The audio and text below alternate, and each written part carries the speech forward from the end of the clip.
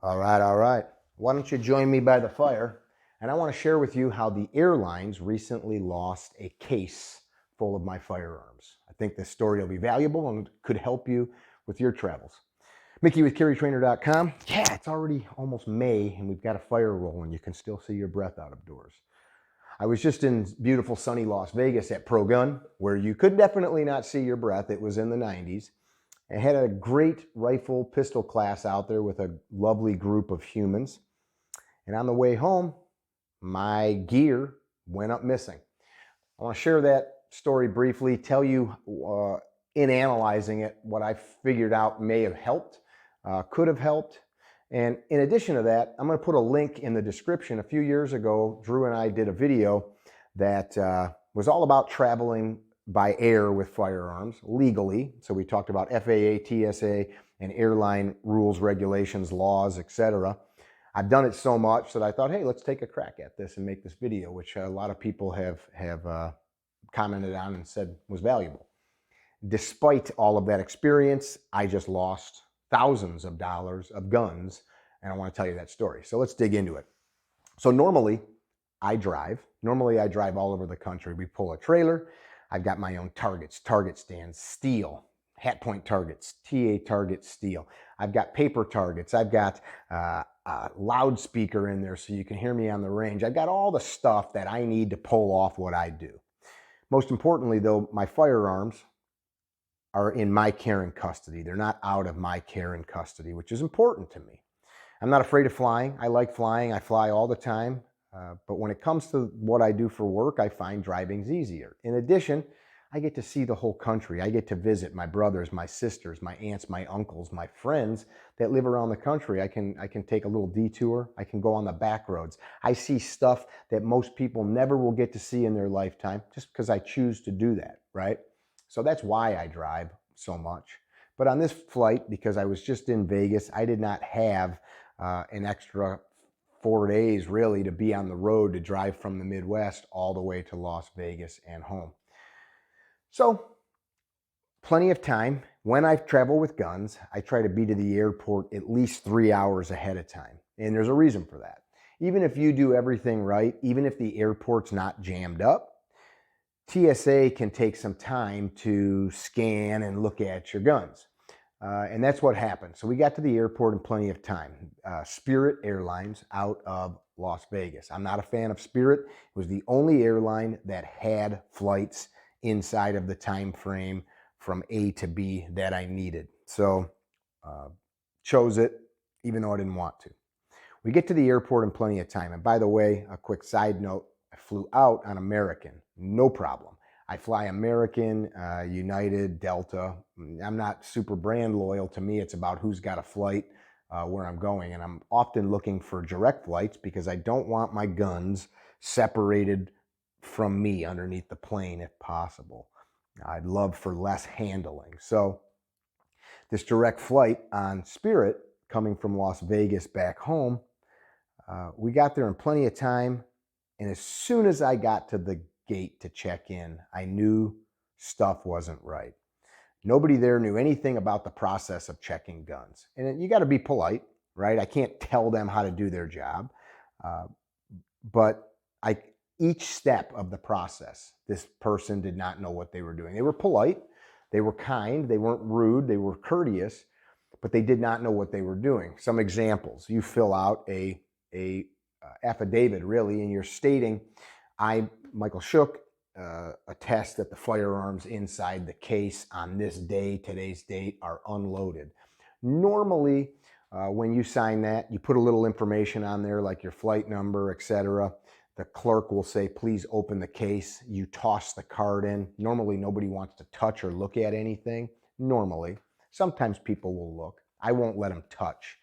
Definitely, I don't like opening the case when you're by a bunch of other travelers, passengers. People not only can freak out, but there's criminal people around too that might try to do something.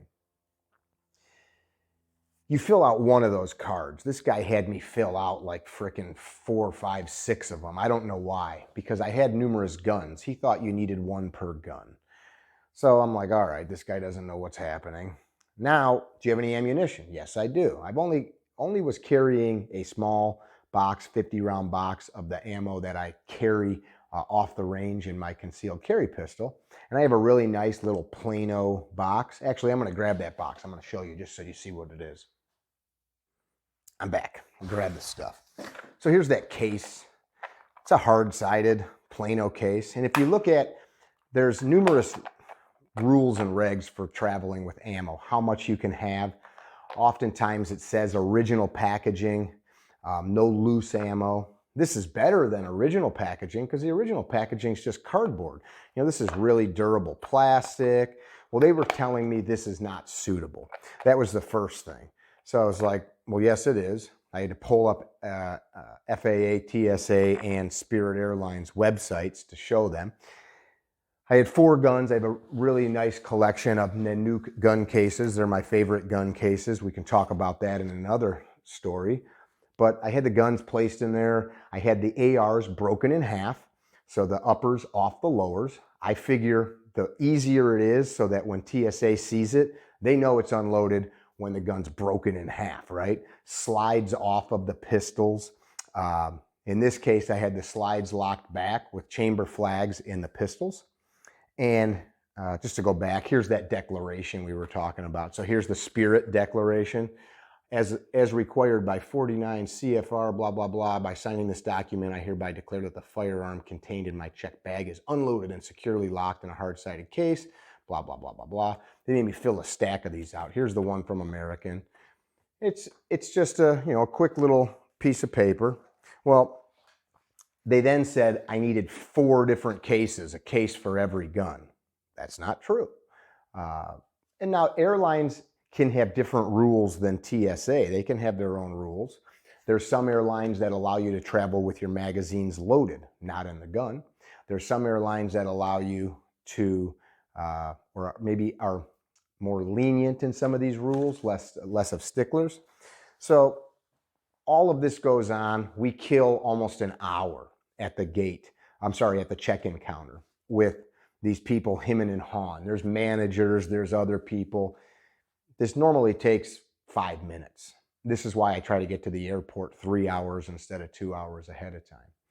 They finally take the gun over to TSA screening, which it's different in every airport how it's done. Like in my home airport of O'Hare, you walk with them. They put the thing through a scanner, and the TSA person says thumbs up or give me your key, and they need to open it. If they got to do that, you're right there. At this airport, they take it behind a hallway somewhere, and they say wait 10 minutes or 15 minutes, and if nobody calls you, go to your gate. So that's what we did. We walk a half a mile through the airport. We get to our gate. My last name is Shook, Michael Shook. As soon as I get to the gate, I hear, is there a Michael Schwartz? Michael Schwartz, come to the desk. And I'm like, you know what? I'm going to check. So I walk up and I said, hey, I said, hey, here's my ticket. My name's Shook, not Schwartz. She goes, yeah, that's who I'm looking for. I didn't say like, how the heck did you get a W and a Z, like whatever. But she says, you got to go back through security. We've gone through security and all that jazz, taking the shoes off. I got to run.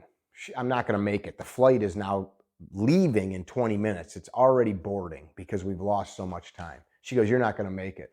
I sprint full blast through the airport. I leave my bag with my travel companion and I sprint. I mean, and I'm not a runner, but I can run. I sprinted as fast as I could.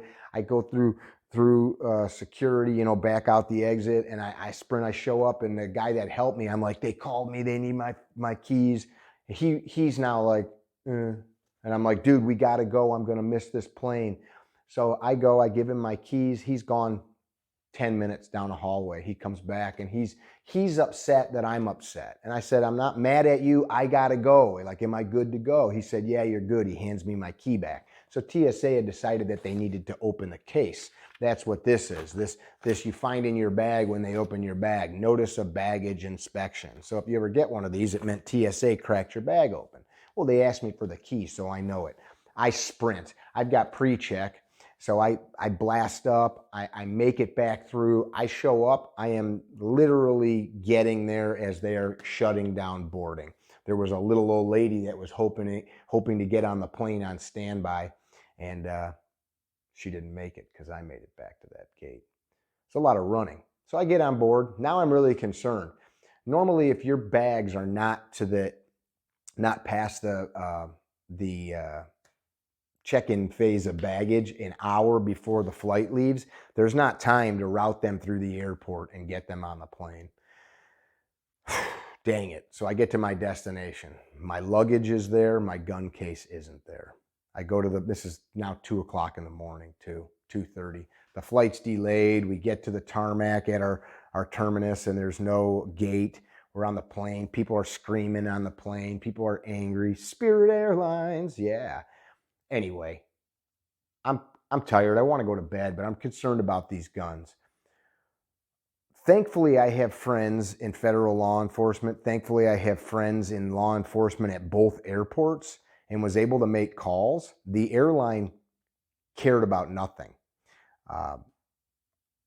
I actually had one person tell me, I've went above and beyond and sent an email to the home office. Oh, you sent an email about 4 guns that are just missing? Somehow my bag ended up in Florida. Somebody eventually scanned that bag and they got the bag back routed north.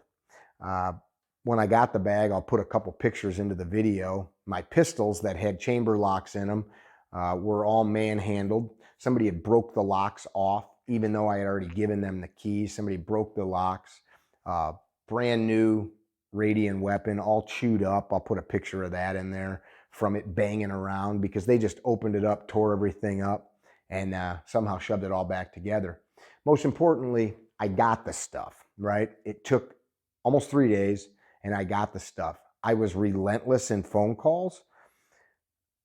Why am I concerned about this? There was no transparency from the airline. They did not have any care in the world to help me find the bag. The only thing they did was send me 800 numbers and fill this thing out online and we'll look into it.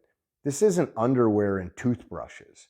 These are AR-15 rifles and pistols, Glock pistols. That's serious to me. I take that very seriously. My name is attached to those guns. My business is attached to those guns.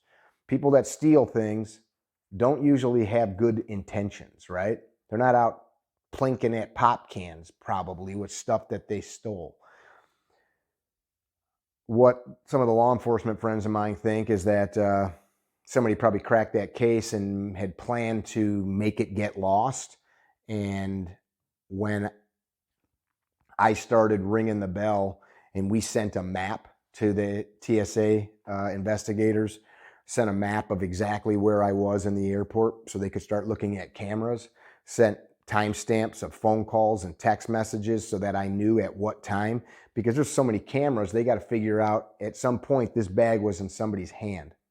So where did I go wrong? Flying a crappy airline, one thing. I broke some of my own rules. If you watch the video that I did, I say put as little as possible in the gun case. Just the guns, all the guns exposed so that when they x-ray it, they can clearly see. I double stacked some stuff in there because we had so much gear we had to take on this trip, which meant that it was probably hard for them to see through. So I broke my own rule. And I had a messy case, so to speak, where there was too much in there to get clean images. Pack the stuff in a way that they won't need to open it is one of the biggest things where I failed. I should have, when I knew that I wasn't getting on that plane, I should have had them bump me to another flight so that I could have stayed with my bag. Would have probably been better. I should have said, give me that bag back. For me, thousands of dollars of guns with my name on it, I would have got a hotel room for the night, had a steak, and left the next day in hindsight. What did they do wrong? Classic customer service issues, and we see this stuff everywhere, not just in airlines, but these people don't know their job, and it's not a dig on the airline in general. It's just people. If you don't know your job, this is for all of us. Figure it out, man. Read the manuals. Learn about it. Ask questions. You and I should demand excellence from ourselves in everything that we do. I'm very fortunate to be surrounded by men who exude and piss excellence, men and women. And that's not by accident. I choose to be around these people. But you know what? We choose even if we're not around these people. The people that are managers, the people that are leaders, the people that rise to the top, they are there not because of luck or happenstance, but because they pulled the right levers. They acted in the right manner. Piss excellence, man. Don't. I used to work for a company and the boss would say, hey, you're riding for the brand. It's an old cowboy term. Riding for the brand meant that as you're out on this horse, as you're out doing the job, you are representing the cattle ranch, right? You're representing the boss. You're representing the rancher. We're riding for the brand. Whatever company you work for, you choose to work there. Respect them. Respect the job. Respect the customers, because we all have customers no matter what we do. There is somebody buying something we're selling. Even if we work for the government, the customer is the citizens, right?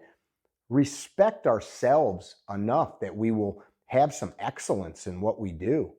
You know, the way I think about it, do I want my kids or my grandkids to be like, oh yeah, my dad, my grandpa, he sure is mediocre? Hell no, man. Hell no. Let's exude some greatness in the things we do. I don't care if you work at a 7-Eleven pumping Slurpees, right? Or a donut shop or a coffee shop, or if you are an engineer of rockets or artificial heart valves. Be excellent in the things that you do. Something that I think helped me get these guns back quickly is as soon as problems started, I began on a note on my phone. I opened up a notepad and I started logging time frames, locations, and every bit of information I could. I had pictures of the case, contents. If you've traveled with an airline, make sure that you have receipts for whatever your valuables are, because the airlines don't pay you back unless you've got receipts. They will pay you up to a dollar amount, which is not very much if you don't have receipts for all of the items. That case, I had a really nice Garmin chronograph in. I had a $300 pocket knife in. I had holsters in. I had magazines. I had 2 ARs with aim point red dots on them. I had Boresight Solutions pistols in there. You know, we're talking a lot of money. Like I said, have documentation of all that stuff, serial numbers, all of that stuff listed, not in the case, right? Maybe in your suitcase, maybe in a PDF in your phone or in the cloud so you can access it. Anyway, I thought the story would be valuable to you. Just kind of wanted to tell you what happened. Something else that I was proud of myself, I didn't get too angry. You know, the people that I was in contact with, except for the original clerk, none of them did it. You know, they were just people that worked for the airline, except there were a lot of them just didn't care. You could tell they really didn't care. Shout out though, Riggs at Pittsburgh Airport, Riggs cared. Shout out to the folks at TSA Investigations that I was connected to through friends. I don't want to say their names because we went through some back channels to get a hold of them. I know not that any rules were broken, but these guys were all over it, man. To the copper from Vegas Metro that I got connected to through another friend. Thank you so much. These guys got on it, started making phone calls, doing the right thing. There are good men and women out there doing their job, and I think that they should be recognized for it. Be well. Don't be dickheads. This little message brought to you from Ignis Lux Coffee. Had some folks recently say, man, this guy's always selling stuff. Well, I hope that you guys get paid to do your job, whatever it is you do, because I've got bills to pay too. I've got to pay for the internet to upload the video I'm making right now. I roast this coffee myself in a process called air roasting. It's a fluid bed roasting process that creates what I deem to be amazing coffee, and most people that drink it think the same. If you're a coffee drinker, consider trying a bag of Ignis Lux. Ignis Lux is Latin for firelight. Kind of denotes that little fire burning in all of us. Wish you guys well. I hope to see you on the range. Enjoy the rest of my fire. Enjoy your day.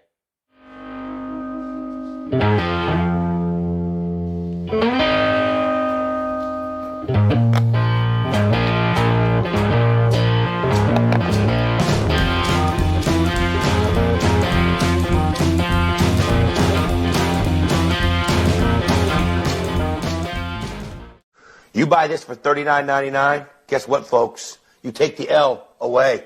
You put a W there, baby. You're a winner, man. You're the real deal. You're picking up chicks. Let me tell you something. You buy this set at $39.99, baby, you're the cock of the walk, man. You walk into the bar and you just find the hottest chick and you go, you, me. Guess what? She says, why would I go out with you? Because I bought the deal on Wild West Deals for $39.99. That's why. She says, can I go home with you? That's how simple it is. That's how it works. That's what this set brings to the table. Because you know what she sees?